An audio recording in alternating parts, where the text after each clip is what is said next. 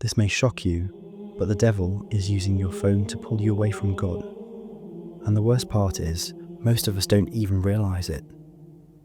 We think that spiritual attacks are big, dramatic things, but often they are subtle. They are in the small habits, in the daily distractions, in what we give our attention to. The enemy is not stupid.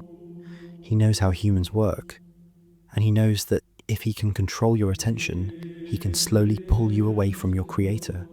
So today, I want to show you exactly how the devil uses your phone, your social media, and your screen time to weaken your faith and distance you from God. And more importantly, I want to show you how to fight back, because your soul is worth fighting for. So let's begin. Let's face it, we live in a digital age. On average, people now spend almost 7 hours a day staring at a screen. 7 hours. That is nearly half of your waking life, and most of this time is not spent on things that build your soul. It's spent scrolling, consuming endless content. And this is where the enemy works best. Not in the big, obvious temptations, but in the small, unnoticed ones. The first way the devil uses your phone is through distraction. The enemy knows that if he can't make you sin outright, he can simply keep you too distracted to pursue holiness. Think about it.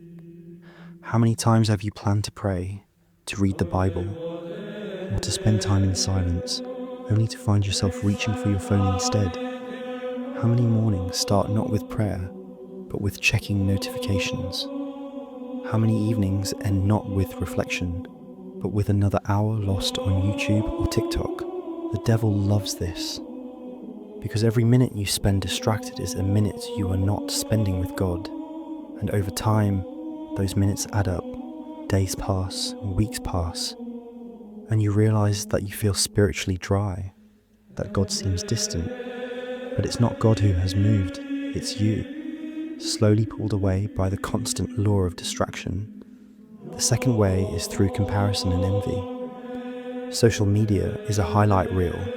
People post their best moments, their filtered photos, their achievements, but rarely do they post their struggles, their sins, their doubts. And when you scroll through this endless stream of perfection, it is easy to fall into comparison, to look at someone else's life and feel inadequate, to feel jealous, to wonder why your life isn't as exciting or beautiful or successful.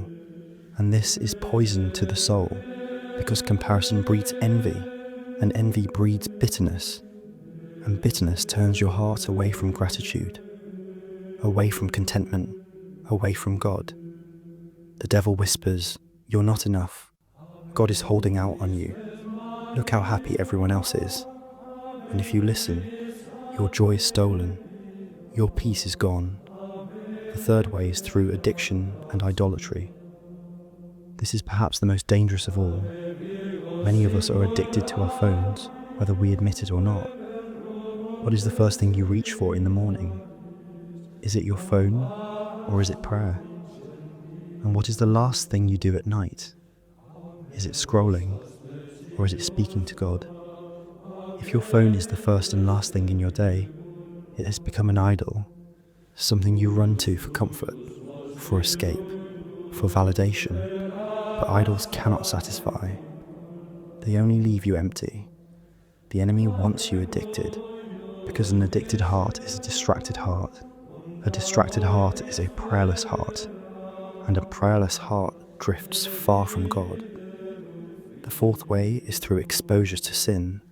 Social media and the internet are filled with content that corrupts the soul. You may not even seek it out, but the algorithm brings it to you.